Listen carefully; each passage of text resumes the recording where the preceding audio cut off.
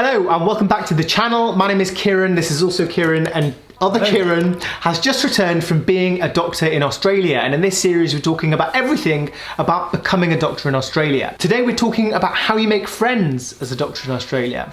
This is the sign for friends. That's the sign for friends. This many. However many you can fit in this circle. So I think this applies particularly for people who are traveling as a few people or maybe solo travelers, but they might be a bit nervous about going to a new place and knowing what the systems are like. Yeah. The example I give is in the UK, hospital has a mess, which is kind of like a social circle where you get to meet people, you're in training with lots of people, whereas you're going to a new place, how are you going to connect with people and make friends? I think that's a great question because a lot of people have anxiety about going somewhere alone. So let's say you are a doctor who wants to move to Australia to work for a year and you want to go out by yourself. There will be so many opportunities to be meeting people inside and outside of work.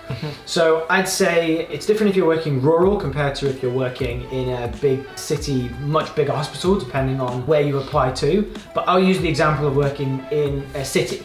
So if you go and move into a big urban area, you're gonna have, within your hospital, you're gonna have a mess. From what I've found of not only my mess, but a lot of the others, there's a lot more going on than the ones that we've come across. Suppose So rather than just a couple of events that they're throwing on, there's gonna be weekly, you're gonna have lunches weekly. There's gonna be events. I suppose it was difficult because ours was COVID times, but I know how much they had previously done, where there's gonna be much bigger events for socializing inside and outside the hospital. I always thought from the people that I've met and the experience that I've had that Canadians have been the friendliest people. My experiences in Australia has upset that balance because they are totally unbelievably friendly people. Down with the Canadians. There's so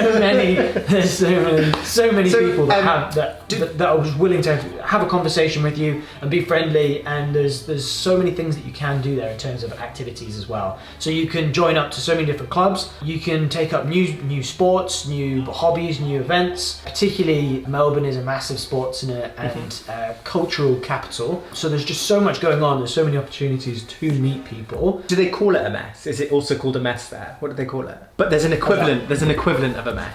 I've got it. What do we call it? I don't think it is called mess, to be fair. Is it a WhatsApp group? You've got a WhatsApp group? Yeah, I've got all the WhatsApps. Oh, pizza on the way. You don't get pizza. Yeah, they got pizza. Can I have a look at some of the events? Yeah, cocktail party. Okay, so they've got a cocktail party. They've got some pizzas which they just put in the fridge. They've got some other pizzas which they've put in the fridge on a separate day. Yeah. They've got Virtuous pie. Alexa.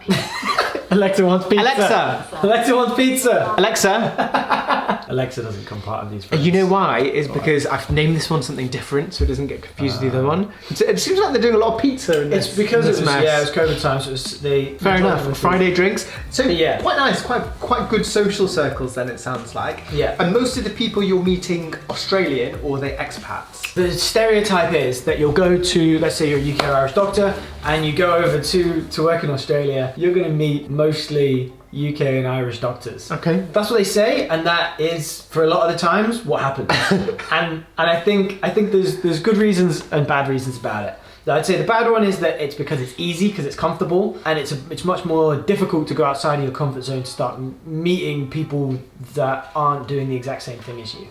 But the benefit of that is that you're going to be meeting so many other people who have just arrived, who are wanting to explore and do all the things that particularly a tourist would want to do in the first few months, which the Australians and the people living in those cities, they probably don't want to do because they've done so many times every time because they live there, right? They live there. Exactly. You've got so many people that just have all this energy to want to go and explore constantly, which I think is actually quite a good thing. So it means that you've always got someone, a companion to go explore with. You've gone to Australia, you're part of the mess or the social group at the hospital, you've met a couple of people.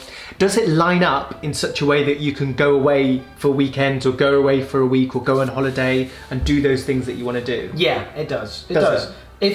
So it depends how wide the pool of people is, because there will be times when you're going to be working and then other people are going to be able to go and explore because they have that weekend or weekday free. One of the interesting things was one of our friends, he was working 9-to-5 job and was frustrated that he worked Monday to Friday 9 to 5 compared to everyone else who was having these midweek trips off, because he was constantly missing out on the midweek trips because obviously everybody else was working so many weekends. Very good. What was your favourite trip that you did not big trip, but short trip away that you did from Melbourne? In terms of what to see, I thoroughly enjoyed the walks of the Grampians. Just because that was a trip that it was the first time after COVID lockdowns, because we've been heavily locked down in Melbourne, we were able to get outside into some of the more rural parts. There were these beautiful mountains, beautiful mountain walks. It was supposed to be raining, it held, accommodation was great. Yeah, that was a pretty great moment. Nice. Yeah, great video. I hope you've been following along this series about becoming a doctor in Australia. If you have, please subscribe to the channel so you don't miss any videos. Thank you for joining us, Kiran. Thank you. And we'll see you in the next one.